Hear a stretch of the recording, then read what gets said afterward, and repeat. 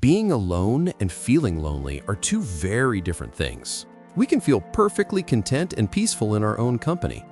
But the most confusing and painful loneliness is often the one you feel when you're not alone at all. You might be at a birthday party, surrounded by laughter and conversation. You might be at a family dinner, passing dishes and catching up on the week. On the surface, you are connected. You are smiling, you are nodding, you're playing your part. But on the inside, there is a quiet, hollow feeling, a sense of being separated from everyone by an invisible wall of glass. If this experience sounds familiar, you have likely asked yourself a difficult question. Why do I feel so disconnected and alone even when I'm surrounded by friends or family? You might blame yourself, thinking there is something wrong with you. You might blame others, thinking they are not trying hard enough to understand you. But what if the answer is not about blame at all? What if this feeling is a natural result of a common psychological pattern? This feeling is not a sign that you are broken. It is a sign that there is a gap between the social connection you have and the emotional connection you truly need. This is an invitation to understand that gap and to learn how to gently and safely begin to close it. To understand this feeling, we need to distinguish between two fundamental types of connection: social connection and emotional connection. Social connection is about physical presence.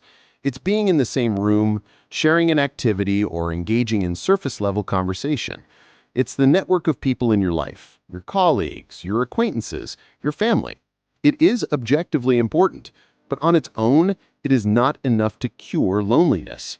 You can have a calendar full of social events and still feel profoundly alone.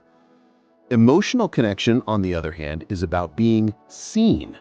It's the feeling that someone knows and accepts your authentic self, with all of your thoughts, feelings, and imperfections.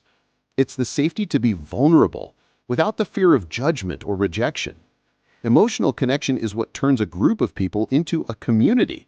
It is the ingredient that makes a friendship feel like a true source of nourishment.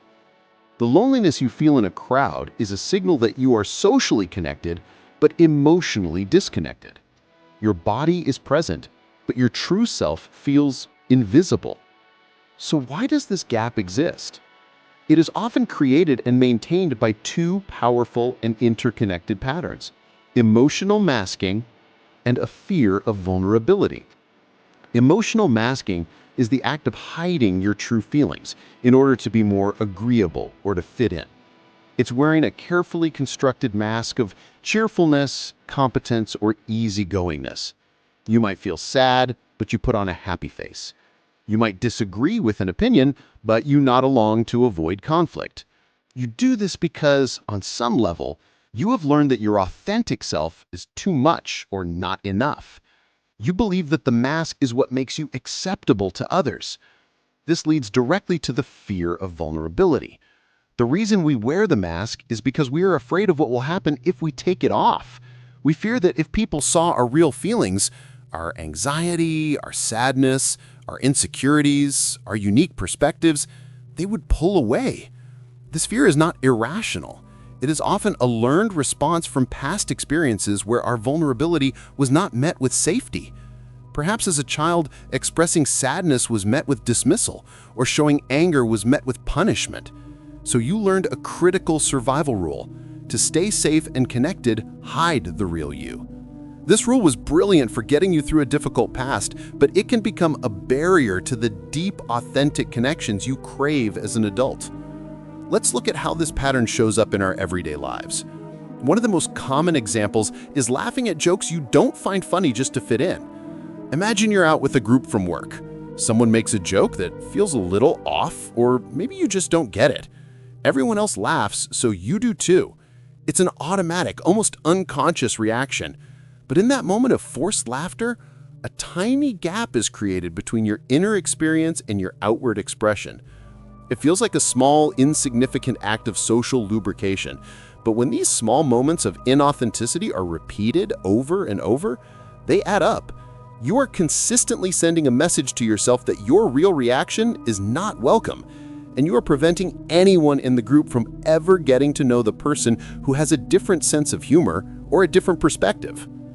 Another powerful pattern is consistently being the good listener while never sharing your own struggles.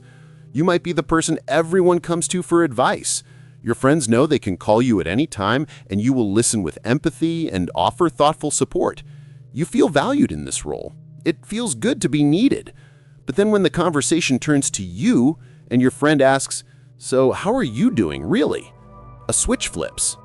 You might offer a quick, "I'm fine, just busy," or immediately turn the conversation back to them. You deflect the attention. On the surface, this seems selfless, but it creates a profoundly one-sided dynamic. You are giving support, but you are not allowing yourself to receive it. Over time, this can lead to a hidden resentment. You feel drained and unseen because you have trained the people in your life that you are the caregiver, not someone who also needs care. Your loneliness grows not because people don't want to support you, but because you never give them the chance. This leads to a third, deeply relatable pattern: feeling exhausted after social events that are supposed to be fun. Have you ever come home from a party or a dinner, closed the door behind you, and felt an overwhelming wave of exhaustion? You spent the whole evening smiling, engaging, and asking questions. By all outward appearances, you were the life of the party. But the feeling is not one of refreshment, it's one of depletion. This exhaustion is the energetic cost of wearing the emotional mask. It takes a huge amount of mental energy to constantly perform, to monitor your words, to manage others' perceptions of you, and to suppress your own authentic feelings. The social event ceases to be a source of connection and becomes a long, draining performance. The loneliness you feel is a direct result of this. You can be in a room full of people who like the you that you are performing while feeling completely invisible on the inside. You eventually realize that your friends don't know the real you. They know your representative, your carefully crafted ambassador, and that is a profoundly lonely realization.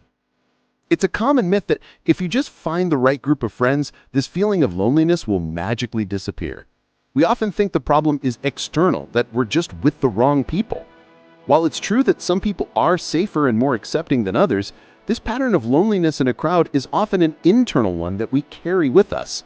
You can be in a room full of the kindest, most empathetic people in the world and still feel utterly alone if you are unable to take off your mask. The change doesn't just come from finding better people, it comes from learning how to be more real with the people who are already in your life. Consider the example of a man named Mark. Mark had a good group of friends who met every week, but he always felt like an outsider. He believed his friends were all more successful and confident than he was. So when they talked about their lives, he would listen and offer praise, but he would hide his own job insecurities and anxieties. He was afraid they would see him as a failure. He left their gatherings feeling lonely and envious. One day, after a particularly bad week at work, he decided to take a small risk. When his friend asked how he was, instead of his usual "everything is great," he said, "Honestly, I'm feeling pretty stressed about work. I'm worried I might not be cut out for my role." To his surprise, his friends didn't judge him. Instead, they shared their own stories of self-doubt and career struggles. For the first time, Mark felt truly seen. The loneliness he felt wasn't because his friends were perfect, it was because he never let them see that he wasn't. So, how do we begin to build these more authentic connections? It starts with small, safe experiments in vulnerability. The first tool is what we can call the One Authentic Share experiment. The goal is to start collecting new evidence that it is safe to be real. First, choose a person you generally trust, someone who has shown you kindness in the past. Second, choose a low-stakes moment, not a heated or emotional conversation. Third, share one small, genuine feeling, opinion, or preference. It can be incredibly simple. For example, instead of saying, "I don't mind, we can go to any restaurant," you could try, "I'm actually in the mood for Italian tonight. What do you think?"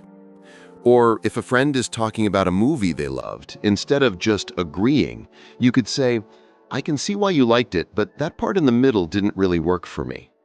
These small acts of authenticity begin to teach your nervous system that your unique perspective won't cause the relationship to crumble. Each time you share something real and the other person responds with acceptance, you are rewriting an old fear. A second, more private practice is to use a journaling prompt to connect with your own hidden feelings. Often we wear our emotional masks for so long that we lose touch with what we are actually feeling and needing. A safe way to explore this is to sit down with a journal and write a response to this question. What is one thing I wish my friends knew about me? Allow yourself to write freely, without any censorship. Maybe you wish they knew that you're not as confident as you appear. Maybe you wish they knew that you're struggling with a family issue. Maybe you just wish they knew that you secretly love old black and white movies. The purpose of this exercise is not to prepare a speech. It is to give yourself the gift of being honest with yourself first. By clarifying what you long to share, you build a stronger connection to your own authentic self. This self-awareness is the foundation for being able to share that self with others. A third tool involves shifting your focus outward by practicing how you invite connection from others. True intimacy is a two-way street. To feel safe sharing yourself, it helps to create relationships where reciprocal sharing is the norm. You can encourage this by asking deeper, more open-ended questions. Most of our daily conversations operate on a surface level. We ask, "How was your day?" which usually gets a one-word answer like, "Good" or "Fine." This doesn't invite real connection. Try experimenting with slightly more thoughtful questions. Instead of, "How was your day?" you could ask, "What was the most interesting part of your day?" Instead of, "Are you busy at work?" you could ask, "How are you feeling about that big project you're working on?" These questions signal that you are interested in their inner world, not just their list of activities.